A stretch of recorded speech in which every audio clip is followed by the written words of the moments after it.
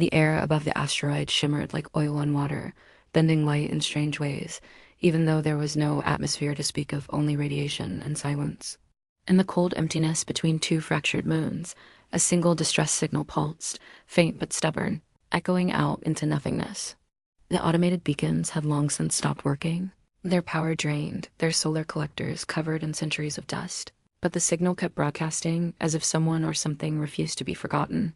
Deep within a jagged scar of rock, inside the crumpled remains of a once proud alien ship, a creature lay still, breathing in shallow, irregular rhythms. Its limbs were folded protectively around its torso, long and jointed like tree branches frozen mid-sway, and a faint blue glow pulsed beneath its skin with each flicker of life. It had fallen long ago, not from pride, not from a fight, but from something far quieter, exile, maybe, or abandonment. It had sent a signal in desperation, meant for its own kind, but the stars had only returned silence. The alien had once been an emissary, a scientist, a bearer of hope for a fragile alliance between distant civilizations. But the war had come. Too soon, the misunderstandings too deep, and its ship, once shining like polished obsidian, now lay torn open like a gutted beast. Wires like spilled intestines, metal ribs exposed. Around it, bones drifted, not human, not alien. Something else, remnants of something once alive that had been curious, then cautious, then too slow to escape. The alien didn't know how long it had been there. Time blurred in the vacuum. It remembered fire. It remembered betrayal. It remembered seeing the stars blink out behind a wall of smoke as it crash-landed on the nameless rock. Then came pain, and after that, the long stillness. Yet still, it waited. Not for rescue. Hope had long since turned to ash in its mind, but for someone to bear witness. To see it, to understand that it had come in peace and suffered for it. Its kind had abandoned it, calling it weak, but it had loved Earth, had loved them. The humans. It had watched them for years from orbit, studied their languages, marveled at their music, and wondered at their endless chaos. They had seemed so broken and yet so beautiful, so alive. And in the end, when its own people deemed Earth not worth saving, it had defied them. It had warned the humans. It had paid the price. Now, the last flicker of power in its cracked communicator sent a final signal encrypted, wounded but alive into the darkness, as if whispering, "Please let them. Come, let them care."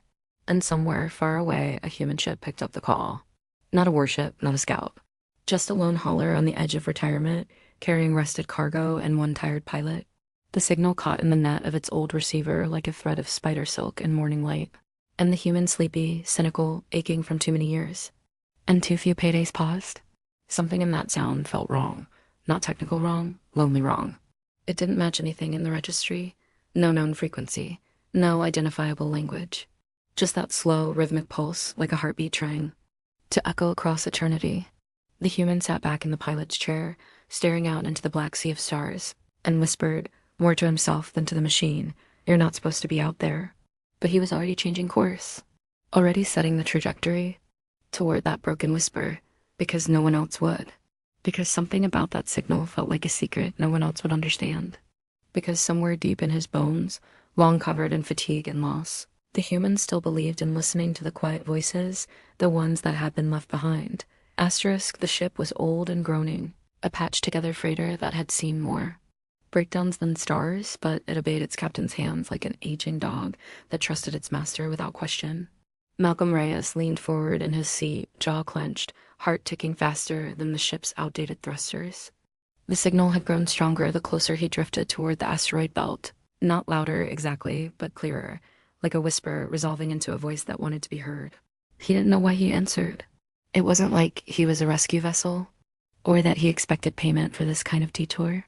But the sound had gotten into his chest, nestled somewhere beneath the scar that ran across his ribs, the one left by the last war Earth ever fought. He remembered pain and fire and the silence that came after screams. He remembered how the world burned and how the world rebuilt. That silence in the signal reminded him of a kind of mourning he'd carried since. Maybe that's why he changed course. Maybe that's why he broke protocol. He told himself it would just be a quick look. Just a scan, maybe salvage. But as he neared the shattered asteroid, saw the glint of something metallic and broken among the rocks, he knew that this wasn't about scrap. This was about someone left behind. The landing wasn't graceful. He had to wrestle the old girl into position, let the magnetic feet anchor onto something barely stable. Alarms complained in the background, but he shut them off. He suited up, not trusting the air, not trusting anything, really, but still going. That's the thing about humans. We're terrible at letting things go, especially mysteries that feel personal.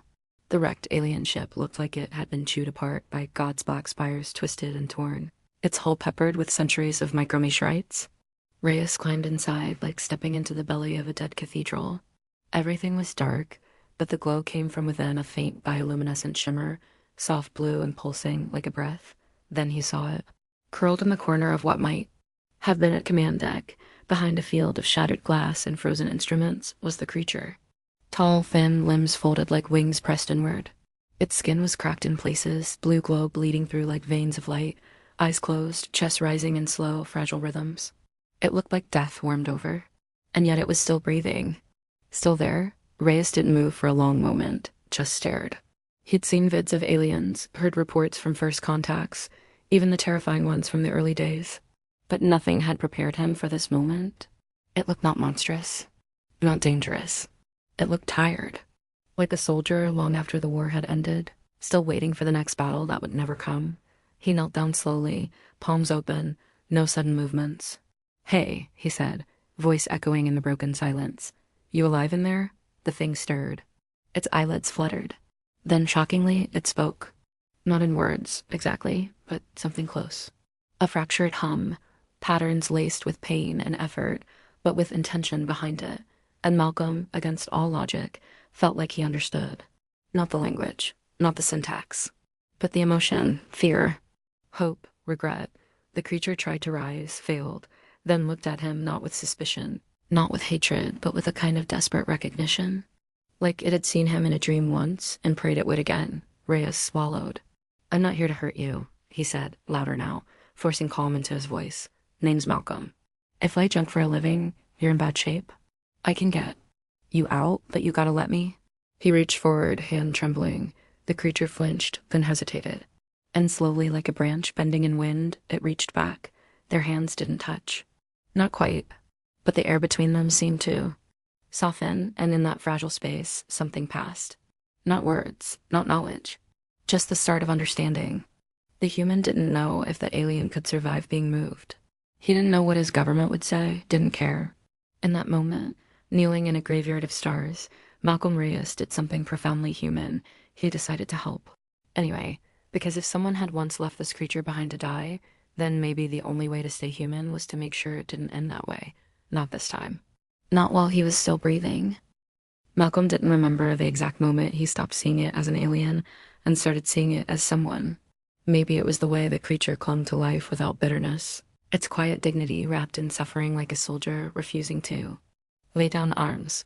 Maybe it was the way it responded to touch, not with violence, not with animal fear, but a trembling kind of trust. Like a child remembering what kindness once felt like. He had brought it onto his ship, wrapped in thermal fabric, its body almost weightless in his arms. The blue glow from its skin shimmered faintly through the blanket as he laid it on the medcot, his hands moving with a gentleness he hadn't used in years, not since his daughter's fever broke decades ago on a war-torn colony he barely spoke about. The ship's eye, long dormant and borderline obsolete, flickered awake as Malcolm barked out emergency override protocols. It complained, of course, about unknown life forms, about contamination risk, about policy and regulations and biohazard safeguards. But he overrode all of them with the same gravel voice he used when yelling down commanders during the war. "Shut up and help me," he snapped. And to his surprise, the ship listened out over the next few days. They drifted through cold black space, two lives stitched together by proximity and silence. The creature couldn't speak, at least not in any way that resembled language, but it made sounds, pulses of light, rhythmic changes in its bioluminescence that the ship's sensors slowly began mapping, translating into tonal patterns. Malcolm, with his limited knowledge, could only guess, but it felt like music, sad music, like dirges sung for the dead, like lullabies meant to comfort the forgotten. It played them when it hurt. It played them when he sat by its bedside, eating ration bars and muttering stories about his past.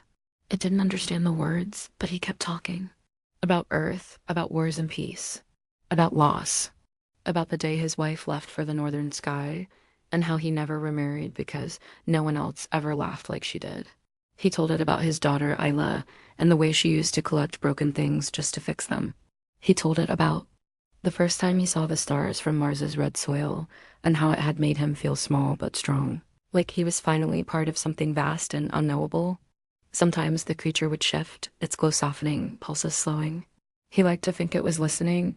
One night, if you could call it that, in the endless drift of space, he found it staring at an old photo floating beside the console. Its eyes fixed on the dusty image of Isla, age 10, holding a scruffy mechanical rabbit she had built herself. The alien reached out, its fingers just grazing the corner of the frame. Malcolm saw the gesture, and something in his chest cracked open. She used to say people were just machines wrapped in feelings, he said. She wasn't wrong. The creature looked at him then, and for the first time, Malcolm didn't see it as an alien at all. He saw a soul. Wounded, exiled, burning slowly behind those strange eyes, but a soul. Nonetheless, it began to communicate in shapes drawn with. Faint light across the room's bulkhead symbols traced in air, fading as soon as they appeared. At first, they were meaningless. Then, with patient repetition, patterns emerged. Not quite letters, not quite words, but images: a tall spire, fire from the sky, a planet drowning in silence, a council chamber filled with shadows. Malcolm watched, entranced, and responded in kind.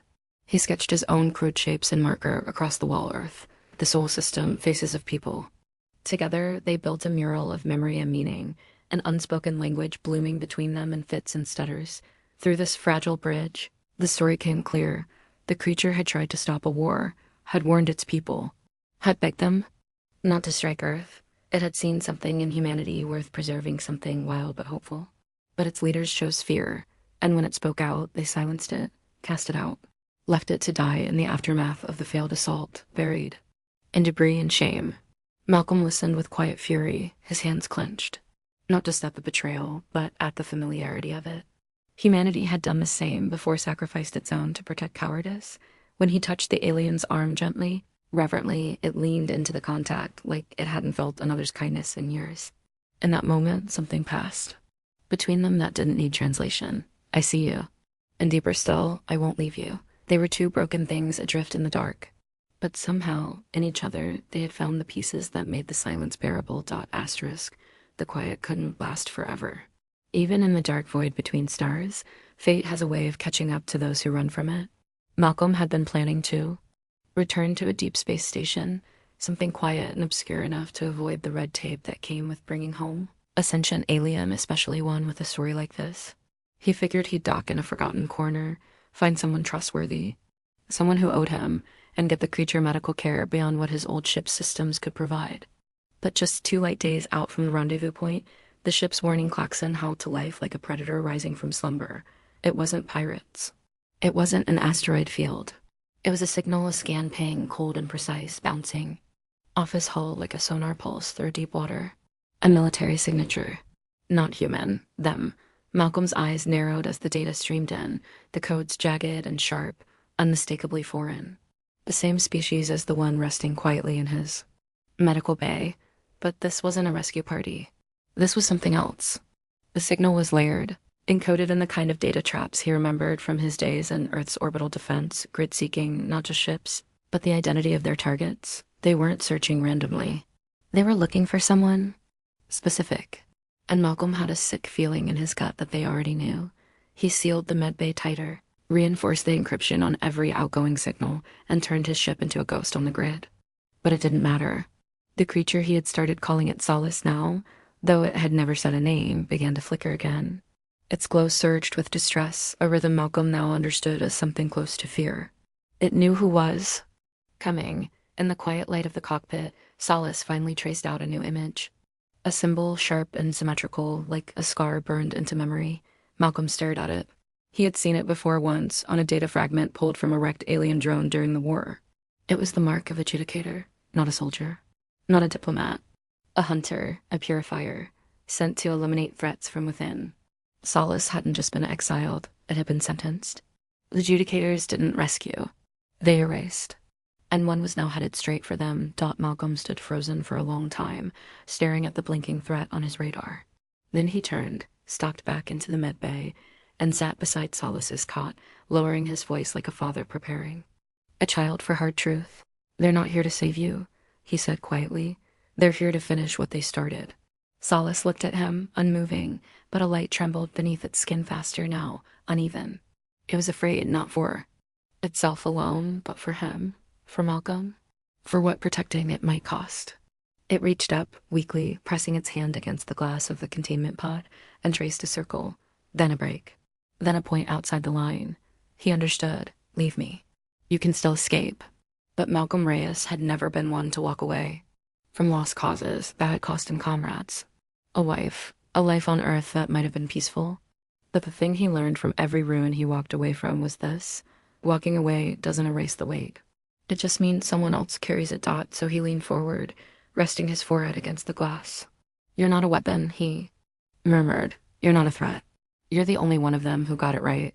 He stood, flicked a switch, and armed every shield protocol the ship had. I didn't survive Earth's last war to let someone erase what little good came from the stars. Outside, the Judicator ship broke stealth. No diplomacy, no message. Just a silent, menacing silhouette with blades of light stretching across. Its hull like insect wings preparing to cut. It was beautiful in a terrible way. And it was already locking onto them. Malcolm didn't care. Let them come. Let them try. He wasn't protecting a secret. He wasn't guarding a prize. He was standing between a monster and a soul that had once dared to believe humans were worth saving. That meant something. Even if no one else ever knew. In the silence, Solace pulsed with a slow rhythm again, its glow almost flickering out, then growing stronger, brighter, like something inside it had decided to wake. It reached toward the console, fingers brushing along wires and sensors. And suddenly, Malcolm's ship responded. Light surged, circuits aligned. Systems that hadn't worked in years roared back to life. Solace turned its eyes to him, and in that look was something new. Not fear, not warning. Resolve. Malcolm smiled, heart hammering like thunder. Guess you've still got some fight left in you.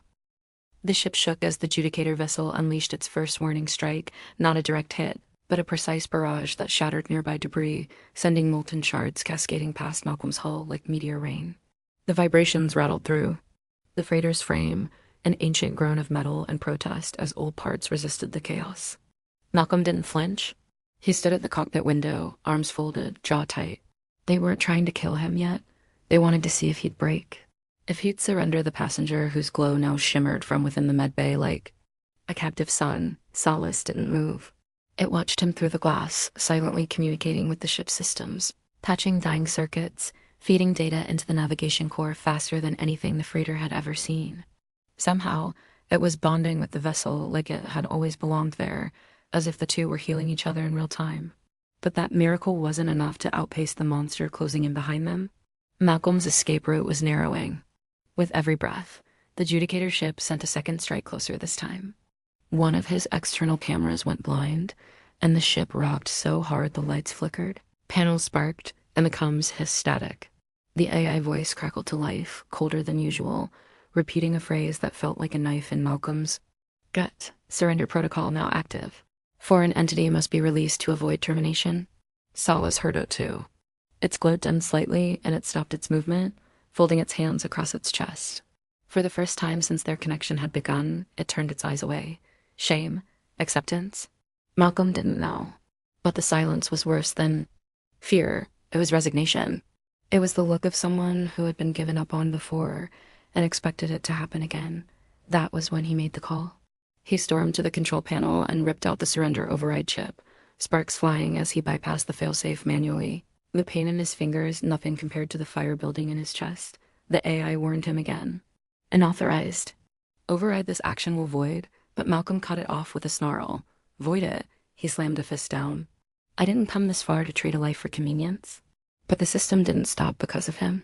It stopped because Solace touched the inner hull and sent a pulse that silenced everything for a moment. The static vanished. The lights steadied.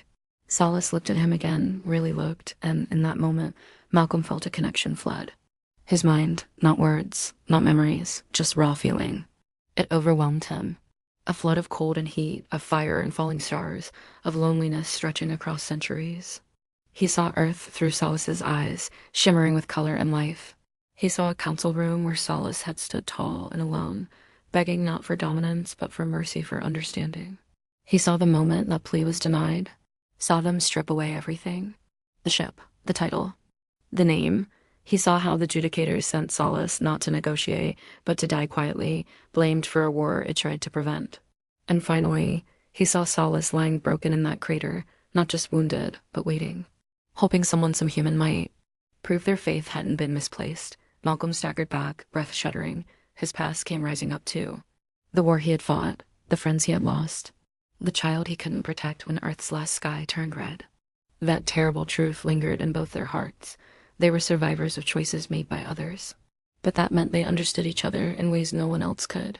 He stepped forward, and this time he reached past the glass, unlocking the seal on the med bay. Alarm screamed. The temperature dropped. But he didn't care. "If we're gonna run," he said, voice shaking, "we do it together." But Solace didn't move toward him. It reached instead toward the star map and shifted the trajectory. Not away from the Judicator, but toward a nebula cluster known as the Bleeding Veil, a place no sane pilot entered. Radiation storms. Gravity. Wells. Ancient wrecks left by forgotten wars. But it was also a graveyard where sensors failed and ships vanished. It was the one place a Judicator might hesitate to follow. Malcolm stared at the new course. It was suicide, maybe, but Solace stared back, unblinking, and he realized it wasn't a flight plan, it was a choice. It was Solace saying, "This is where I stop running. I would rather die free than live hunted." Dot and Malcolm? He just nodded. "Then let's give him hell." Asterisk, the Bleeding Veil lived up to its name. As Malcolm's freighter plunged into the nebula, red gas clouds swept across the viewport like smeared blood, thick with ion storms and gravitational distortions that clawed at the hull like invisible hands. Alarms screeched with every second, and the ship shuddered under forces it was never meant to endure. Electrical interference danced like lightning across the exterior, bursting into arcs that lit the corridors in savage white light. Behind them, the Judicator ship hovered just outside the storm's mouth, hesitating. It could survive the entry. Yes, but not without risk. It was made for precision, for surgical strikes, not brute survival. Malcolm gritted his teeth as he angled the freighter deeper into chaos, the controls slick with sweat, his knuckles white. "Come on," he muttered. "What's the matter, you piece of Imperial trash?" Afraid to bleed. Beside him, Solace stood, one hand braced against the console, the other hovering over a panel of raw data it had hardwired into the ship. Its light had changed, no longer soft and mournful, but fierce, concentrated, like a storm made solid. Malcolm could feel the pressure building inside the craft, in his bones, in his blood. They weren't just flying blind, they were being watched, traced by something more than sensors. He didn't understand it fully, but Solace did. It was calling out to the Judicator, not in words, not in pleas, in defiance. Challenging it, calling it into the fire. The hunter hesitated, then, as if pride or duty overtook caution, it surged forward, blade-like wings spread wide, cutting through space as it entered the nebula at full speed. And then the storm screamed. Waves of magnetic fury tore through the void, lighting the nebula with fire from within. Malcolm's ship bucked and spun, thrown like a leaf in a hurricane, while warning lights painted the cockpit in red. But he didn't let go. His fingers danced across the controls, steady and brutal, keeping the ship from tearing itself apart through sheer force of will. He wasn't flying anymore, he was wrestling with the stars themselves. Solace, glowing like a beacon, surged energy through the ship's damaged systems, shielding them in birth, guiding him toward a path that barely existed. It was beautiful and terrible, this moment of shared madness, of daring something greater than either of them. He screamed into the storm, not in fear, but in rage. "We're not yours to silence." The Judicator followed, relentless, more machine than vessel now, adapting to the storm, narrowing its approach, weapons blooming from beneath its smooth surface like claws made of light. A warning shot sliced past them, narrowly missing. Then, another. Malcolm swerved hard, the ship groaning in protest, and yelled over the rising sound. "We're not going to outrun it. What the hell are we doing?" Solace didn't answer with words. Instead, it moved to the center of the ship, placing its palms against the floor like it was praying or offering. A pulse rippled outward, flickering through the metal. Then Malcolm felt it not through sensors, not through sound, but through the core of the ship. The freighter was changing, adapting, resonating with the alien's energy. The panels began to shift, subtle, humming. Power surged into long dead circuits. Hidden subsystems Malcolm didn't know existed came online. It wasn't a weapon. Not exactly. It was a signal, a scream into the cosmic dark, Solace was broadcasting its truth, a raw, unfiltered memory stream, beamed outward through the distortion like a flare through a sandstorm. Images and emotions woven together. The war it tried to stop, the betrayal, the exile, the faith it had in humanity. Him, the message hit the Judicator ship full force, not as data, but as emotion, as proof. And suddenly, the hunter slowed, wavered, just for a breath. That was the window. Malcolm threw the ship into a controlled spin, slingshotting around a dense gravitational knot, and came up behind a pocket of unstable magnetic energy. It was suicide, but it was also a shot. We blind them, he said aloud, more to himself than anything. We burn everything but the truth. Solace turned toward him, and for the first time, it smiled, not with a mouth, but with light. A soft curve of glowing lines across its face, something ancient and deeply grateful. Then he hit the pulse. The ship exploded with energy, a sudden burst of light and signal that crashed into the Judicator like a wave of fire and grief and memory. It staggered, systems disrupted, its weapons flickered. And in that moment of silence, in that breathless pause between killing and surrender, Malcolm and Solace dove deep into the red, into a storm no one could follow. There was no sound in the aftermath, only silence thick as dust, wrapping the ship like a burial shroud. The nebulous storm had passed, leaving the old freighter adrift in a pocket of dead calm. Outside, clouds of crimson and gold curled lazily through space like the final breath of a dragon long since slain. The Judicator ship was gone, either destroyed by the feedback or crippled and lost in the shifting gravity wells of the bleeding veil. It didn't matter anymore. What mattered was that Malcolm Reyes was still alive, and so was Solace, barely. The medbay lights were dim, flickering in a stubborn rhythm, and the creature lay crumpled on the floor, its glow a weak, fading ember. The energy it had used to broadcast its truth, to pierce through a weaponized hunter with nothing but memory and faith, had drained it, nearly to death. Malcolm knelt beside it, hands trembling, his breath ragged from both the storm and the sheer weight of everything that had come before. "Stay with me," he whispered, over and over. "You didn't come this far just to fade." Solace opened its eyes slowly. The light behind them was dull, but clear, conscious. It lifted one hand, fingers barely moving, and brushed them along his arm once, gently, like a thank you spoken in silence. Then it turned its head toward the viewport, where Earth glimmered far away, still distant, still untouchable. But it was there, still turning, still alive. And Solace's light flickered just a bit brighter, like hope refusing to die. Malcolm followed its gaze, and something inside him cracked open again, not from sorrow, from awe, from the weight of understanding what had almost been lost. One alien had crossed the stars, defied its entire species, faced exile, death, and silence, all for a planet that never even knew it was being fought for. All for a people who had once been loud, selfish, brilliant, broken, and worth saving. And now, here it was, fragile and alone and dying quietly aboard a rusted freighter. Just to keep that dream alive, Malcolm leaned closer. "I won't let you go," he said, voice rough. "You gave everything to protect us. Let me return the favor." Solace didn't resist when he lifted it again, carried it to the cryopod. It was old tech, barely functional, meant for emergency freezing during deep space breakdowns, but it would slow the degradation. Buy time, give hope. He sealed the chamber, calibrated the power draw, and locked in coordinates for the nearest civilian research outpost. No military, no flags, just people who might still listen, who might see more than threat in alien skin. He stood back as the cryopod hissed, mist curling across the floor like breath in winter. Solace's eyes closed slowly, and that faint, pulsing glow settled into a low, steady rhythm. Not gone, not yet. Just waiting. Malcolm sat in the pilot's chair, body aching, heart full. He uploaded a data file, a copy of the memory pulse Solace had used, compressed into human format. He included his own voice at the end. "Just a message. Just truth. This one didn't come to conquer," his voice said, low and steady. "It came to understand. It loved us before we knew it existed. And we would have never known if I hadn't stopped to listen." He sent the message out on an open band, broadcasting it to all nearby systems, repeating it every 10 minutes. Not a distress call, not a warning, a story, a chance. And he knew most wouldn't believe it. Some would laugh. Some would try to take the alien for study or trial or worse. But maybe one person, just one, would hear what he heard in that signal and understand what it meant to be truly human. To risk safety for kindness. To sacrifice certainty for hope. The ship creaked as it began the slow journey toward the outpost. Malcolm leaned back in his chair, eyes on the stars. He thought of Isla, how she once said broken things aren't worthless. They're just waiting to be seen whole again. He smiled faintly, his face lined with time but soft with peace dot behind him. In the silence of the med bay, Solace slept. Not dead, not lost. Just resting, waiting dot and far across the stars, Earth spun on unaware, but still here, still bright. Because the alien fell first, but the human waited dot, and sometimes waiting is the bravest thing you can do.